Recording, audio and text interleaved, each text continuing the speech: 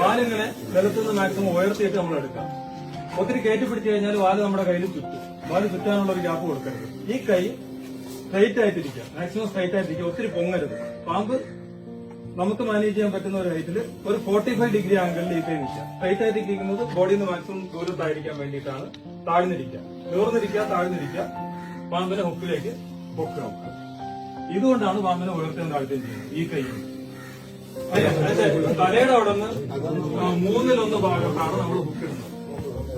ആ പൊസിഷനിൽ ഹുക്കിട്ട് കഴിഞ്ഞു കഴിഞ്ഞാൽ തിരിഞ്ഞ് ചാടി വരത്തില്ല. പക്ഷെ ഹുക്കിടുന്നത് ഈ മധ്യഭാഗത്ത് അങ്ങനെയാണെന്നുണ്ടെങ്കിൽ അത് ചാടി വരുമ്പോഴേക്കും നമ്മുടെ കയ്യിൽ ആ ഹുക്കിടുന്ന പൊസിഷൻ വളരെ ഇമ്പോർട്ടന്റ് ആണ്. മൂർഖനെ സംബന്ധിച്ചിടത്തോളം നമ്മളിപ്പം അവിടെ നിന്നോളെ നമ്മൾ മൂർഖന്റെ ചുറ്റും ഇങ്ങനെ നടന്നു കഴിഞ്ഞാൽ പുറകെ പോയി പിടിക്കാന്ന് വിചാരിച്ചു കഴിഞ്ഞാൽ മൂർഖൻ എന്നെ തന്നെ ഇങ്ങനെ ഒരു കാരണവശാലും മൂർഖൻ അതിന്റെ പുറകെ പോകാൻ എന്നെ സമ്മതിക്കത്തില്ല. കാരണം അതിന് കാഴ്ച കിട്ടുന്ന സ്ഥലത്ത് നമ്മുടെ മൂവ്മെന്റ് നോക്കിയാൽ നിൽക്കും. അതാണ് അതിന്റെ രീതി. അപ്പൊ നമ്മൾ നേരെ അതിന്റെ മുന്നിലോട്ട് പോയിട്ട് നമ്മൾ അതിന്റെ വാല് എടുക്കുക എന്നുള്ളതേ വഴിയുള്ളൂ.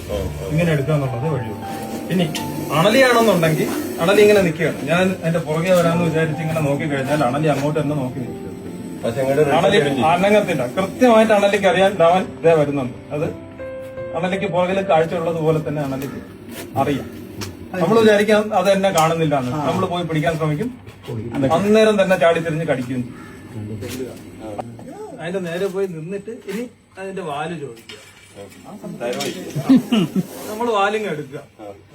അതേ നടക്കുള്ളൂ. നല്ല ഉയരത്തിൽ അത് ചാടി വരുന്ന അതിന്റെ മേളിലുള്ള ഉയരത്തിലേക്ക് വാലെത്തിക്കഴിഞ്ഞാൽ നമ്മൾ എന്ത് ചെയ്യുക?